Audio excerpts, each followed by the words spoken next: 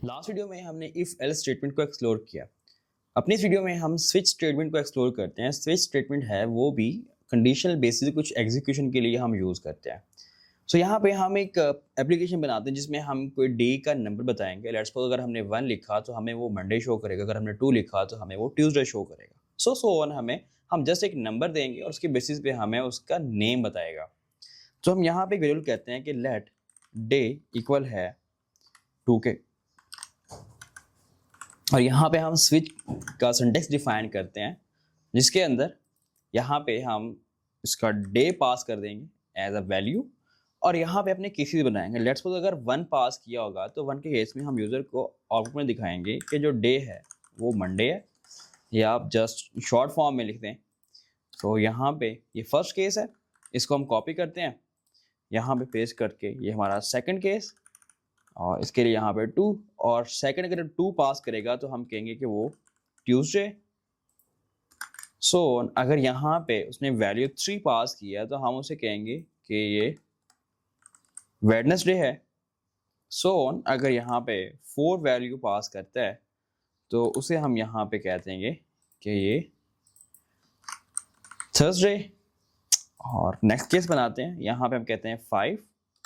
अगर 5 value pass करता है तो ये प्रोग्राम हमारा रिटर्न क्या करेगा कि फ्राइडे। अगर उसने कोई यहाँ पे इसके बाद फर्दर वैल्यू 6 पास किया तो हम यहाँ पे डिफ़ॉल्ट में एक मैसेज दिखा देंगे।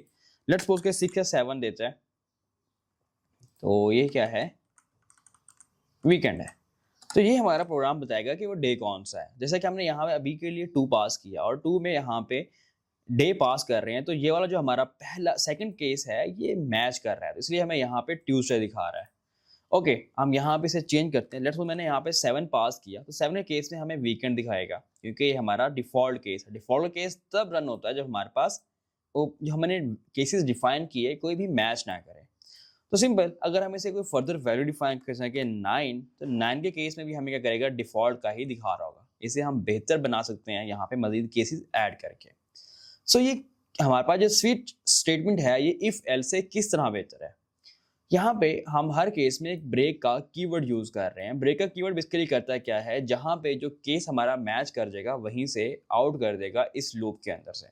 अगर कोई भी हमारा केस मैच नहीं करता तो फिर हम डिफॉल्ट केस पे आते हैं।